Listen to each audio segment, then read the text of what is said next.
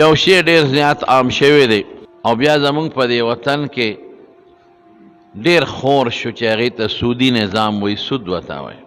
غریبانان مالدارو له ورشو پیسې ته قرض غواړي او ته وایي در به کم خو منافع به راکې. دې سود ورته نه وایي، د منافع ټکې ورته وایي.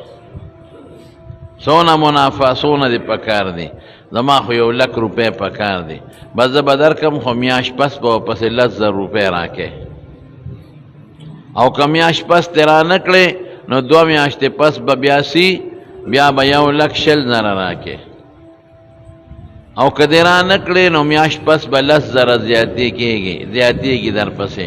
هغې غریب سره خو پیسې نی او دم ورته ډډه والي، میاشت تېره شي زما هغه پیسې یاره نشته، بله کې ټیک ده 10,000 به زیاتېږي.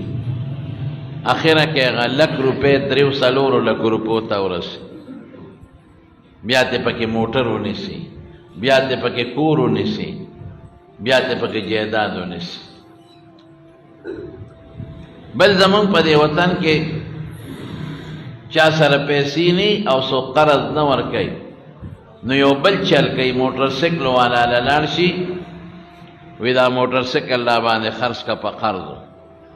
هلکه دا خو په نغدو په 80,000 او په قرضو په 1,20,000 د 2 میاشتو قرض ډېره ښه ده.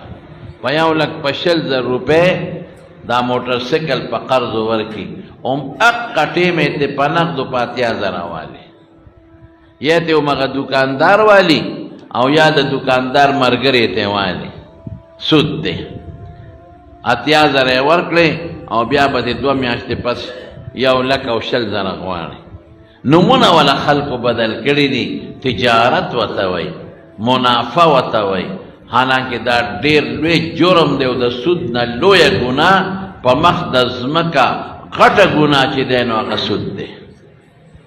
ما چې کوم حدیث تاسو مخکې ولوسته د حضور پاک